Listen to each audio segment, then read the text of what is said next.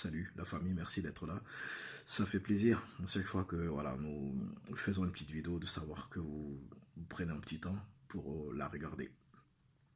Là, je m'en vais faire un petit exposé sur une notion, hein, si vous voulez, une notion et sa sous-notion. Voilà. La notion d'engagement. La notion d'engagement dans le jargon de la musique, et précisément la musique urbaine. Bon, même s'il y a d'autres genres de musique où on a des artistes qui sont également engagés, qui ne font ni le reggae, ni le rap, ni leurs différentes sous-tendances. Pour moi, en réalité, la notion de musique engagée, de texte engagé et de texte hardcore, c'est complètement relatif. Qu'est-ce que c'est que, pour moi, un morceau hardcore, un texte hardcore, un texte engagé, qui n'est pas commercial, qui n'est pas le fruit d'une facilité. Pour moi, un texte engagé, c'est un texte qui ose s'attaquer à des phénomènes, à des tares, à des choses qui se passent de façon récurrente, généralement signées par les forts, les riches, les puissants, au grand détriment des faibles, des pauvres, et puis de ceux qui n'ont pas trop de moyens de défense, les grands oubliés d'une certaine justice. Bon, généralement, c'est dans le monde du rap et dans le monde du reggae qu'on a affaire à des textes comme ça. Mais aujourd'hui, je suis désolé, il y a beaucoup de personnes qui pensent qu'ils font des morceaux hardcore, ils font des morceaux engagés, ils font des morceaux dénonciateurs, ils font du rentre-dedans, ils font vraiment du lourd, du solide, comme eux-mêmes ils appellent ça. Pour moi, lorsque l'on écrit un texte sur un phénomène, sur une chose qui se passe au vu et au su de tout le monde, dont tout le monde en parle, qui devient la préoccupation de chacun, qui défraie la chronique, qui devient le principal sujet de discussion des gens, pour moi, faire un morceau sur ça, quelle que soit la liberté de ton qu'on se permet, quel que soit l'aspect cru et direct, quels que soient les mots pas sympas, voilà, les mots osés, entre guillemets, qu'on utilise, pour moi, la notion de texte engagé ou de texte hardcore concernant des œuvres comme ça est plus que relative. Parce qu'en fait, qu'est-ce qui se passe? Que toi, tu fasses ça en ce moment, ou que tu ne le fasses pas, eh bien, ça se fait. Tout le monde en parle. C'est dans toutes les conversations, c'est dans toutes les bouches. Tout le monde en parle. Toi, ton morceau pouvait exister ou pas. C'est un sujet qui fait partie des sujets numéro 1 de discussion. Au contraire, tu es opportuniste. Tu viens tomber sur le sujet et puis tu fais ça et tu as envie que les gens te croient, comment dirais-je, audacieux, courageux, que les gens te prennent pour quelqu'un qui s'en fout de l'aspect commercial, qui s'en fout de vendre et qui est juste en train de faire une œuvre pour être au maximum du côté du peuple. Non, tu n'es pas du côté du peuple fort. D'accord, tu es du côté du peuple, mais l'arrière-pensée de la chose, en tout cas pour quelqu'un qui peut se permettre une critique de ce genre, et je sais de quoi je parle, pour moi, c'est vrai, tu es du côté du peuple, mais quelque part, l'arrière-pensée, quand on t'analyse sur le moment et dans l'espace, tu es intéressé par un certain succès commercial. Donc, tu ne peux pas forcément revendiquer, comment dirais-je, l'engagement, l'audace, le courage. Et en plus, il y a quelque chose qu'il ne faut pas que tu oublies. Un sujet dont tout le monde parle, de toutes les façons.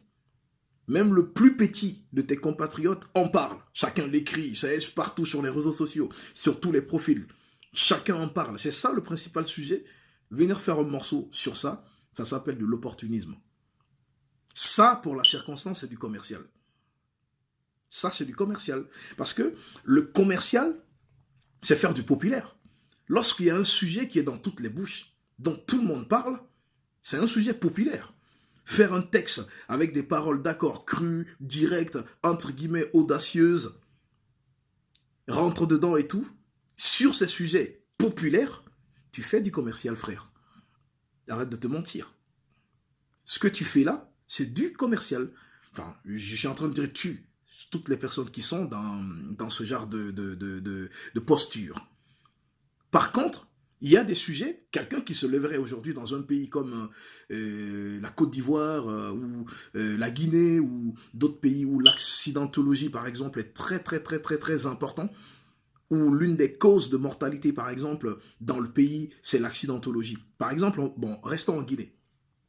Un MC qui se lèvera aujourd'hui, un chanteur de reggae qui se lèvera aujourd'hui, qui lira le nouveau projet de constitution chez nous, qui ferait passer toutes les pages et qui verrait aujourd'hui que l'accent est plus mis sur l'avenir politique de la Guinée et d'autres petits trucs que sur, par exemple, la façon dont l'État se projette en ce qui concerne la manière de ficeler la loi pour que les gens deviennent, par exemple, des chauffeurs et cessent d'être des chauffards, parce que ça fait partie des premières causes de mortalité en Guinée.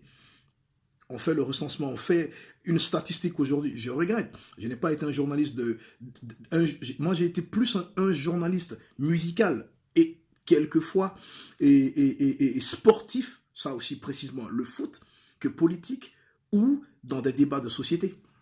Mais je regrette que beaucoup d'entre nous qui revendiquent, comment dirais-je, ces étiquettes-là, ne fassent pas d'enquête, par exemple, sur un sujet comme l'accidentologie. Voir, par exemple, combien de Guinéens meurent chaque année sur les routes, pour voir, est-ce que ça, c'est un sujet, par exemple, sur lequel les Guinéens doivent s'étendre, d'ailleurs beaucoup plus que sur la politique, parce que quand la chose qui tue les Guinéens tout le temps, par des millions, par milliers par an, pour moi, est plus importante, par exemple, que les sujets politiques. Les maladies, par exemple. Les artistes qui s'étendent sur des sujets comme ça, qui en parlent, qui interrogent dans des paroles le gouvernement, les dirigeants. Qu'est-ce que vous faites pour que les Guinéens cessent de mourir tout le temps sur nos routes parce que les routes sont mal faites, parce que vous laissez des gamins de 16 à 17 ans conduire des voitures, parce que vous laissez des gens conduire, vous ne savez même pas combien de litres d'alcool ils ont englouti, combien de fumettes ils ont eu à faire passer avant de se mettre devant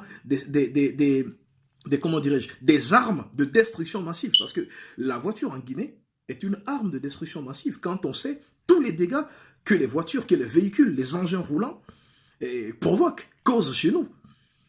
Donc des artistes, par exemple, aujourd'hui, qui s'attaqueraient à ce genre de choses, mais en revendiquant, en posant des questions, en interpellant l'État, de façon, comment dirais-je, bien ordonnée, bien ficelée, bien cohérente, avec des chiffres, comment dirais-je, là-dessus, à la clé, je prendrais des sujets comme ça, comme des sujets hardcore, comme des sujets engagés, comme des sujets de osés. Des gens qui interpelleraient, par exemple, aujourd'hui, nos autorités sur un sujet comme sur, par exemple, la façon dont nos autorités se bougent pour pallier à des problèmes d'hôpitaux.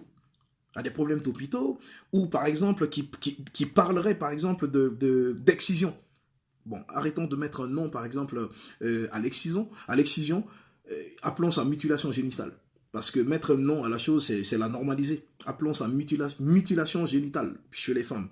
Quelque chose qui n'a aucune utilité, par exemple, chez nos sœurs, mais qui les fatigue. Et tout le monde le sait, ça a été prouvé par A plus B. Bref, il y a pas mal de sujets auxquels les gens peuvent s'attaquer aujourd'hui et oser les mettre sur des albums en se disant « ça peut ne pas vendre ». Je m'en fous que ça vende, mais moi, au moins, je m'engage, je défends quelque chose de noble et non quelque chose de populaire. Peut-être que la position que je vais adopter va être une position impopulaire, peut-être que ça ne va pas marcher, parce que défendre les faibles et défendre ceux qui n'ont pas d'argent pour acheter les albums de musique, c'est quelque chose qui n'est pas forcément bénéfique en termes de chiffres, en termes de vente. Des artistes qui se sacrifient, qui font ça. Qui, par hasard, rencontrent des succès, c'est très bien. Ils sont engagés, ils sont hardcore, et après, ils ont vendu. Ceux qui ne vendent pas, ils sont engagés, ils sont hardcore, ils n'ont pas vendu. Et de toute façon, c'est à cela qu'ils s'attendaient. Mais profiter des sujets du moment pour faire des sons, d'accord, on est du côté du peuple, mais on n'est pas forcément, comment dirais-je, engagé. On n'est pas forcément, d'accord, il n'y a pas de souci, peut-être on est engagé, on est hardcore, mais on est aussi commercial. Parce qu'il s'agit des sujets qui intéressent les gens sur le moment. Voilà le truc. Donc, hardcore, engagé, la notion, elle est relative. Chanter des choses populaires, des choses dont de toutes les façons tout le monde en parle, que vous en parliez, que vous en parliez pas, bah, c'est d'accord. D'accord, c'est hardcore, je vous le concède, mais c'est aussi commercial. C'est aussi commercial.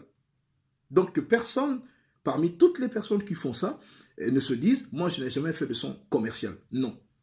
Si vous faites ça, c'est commercial, frère.